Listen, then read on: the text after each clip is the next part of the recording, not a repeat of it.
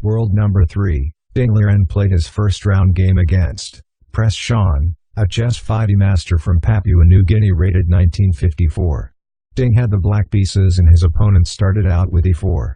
Ding played c5, which is rather unusual, since he plays e5 mostly against e4 at top level, but he is facing a player more than 800 elo points less than him, so maybe this is the right strategy, as the Sicilian generally offers more winning chances for black than most e5 lines.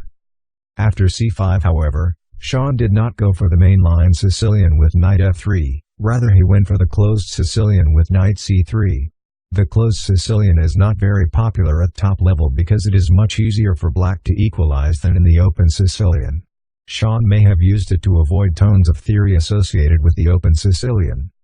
The game proceeded as follows: d6, g3, white wants to fianchetto the bishop, play knight ge2 and then start the King's Indian attack with f4. Black's most effective plan on the other hand is to fianchetto his dark squared bishop couple with knight a6 to control the dark squares on the h8-a1 diagonal. The game went on as follows: g3, knight a6, bishop g2, g6, d3, bishop g7. In the current position, it is well known that white should attack on the king's side and black on the queen's side due to the pawn structures of both sides. Bishop e3, rook b8, preparing a queenside pawn storm.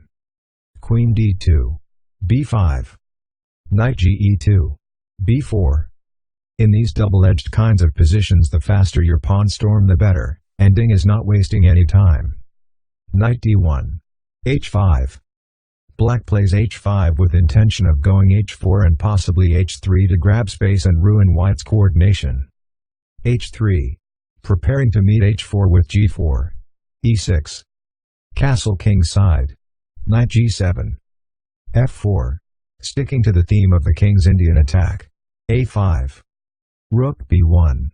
The black bishop on g7 is exerting tremendous amounts of pressure on the h8-a1 diagonal and so white removes a major piece from the diagonal to ease the pressure. Castle king side. g4. The pawn storm continues. H takes g4. H takes g4, f5. White had plans of going f5 himself, so black prevents the dangerous attack, which would have weakened his king's side and freed up the e3 bishop to be exchanged with the strong g7 bishop. E takes f5, e takes f5. Both sides capture away from the center, but as a rule, capturing towards the center is more accurate. g5. Bishop e6. b3. Further weakening of the dark squares. Knight d5. Bishop f2. Knight d4. Knight takes d4. Say takes d4. Rook e1. Bishop f7. Knight b2. Knight e3. Bishop takes c3.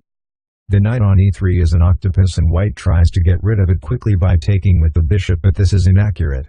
White should have tried to play a more accurate knight c4. Taking the knight directly opens up the g1-a7 diagonal in the absence of white's dark squared bishop, and as we shall see proved to be fatal for white.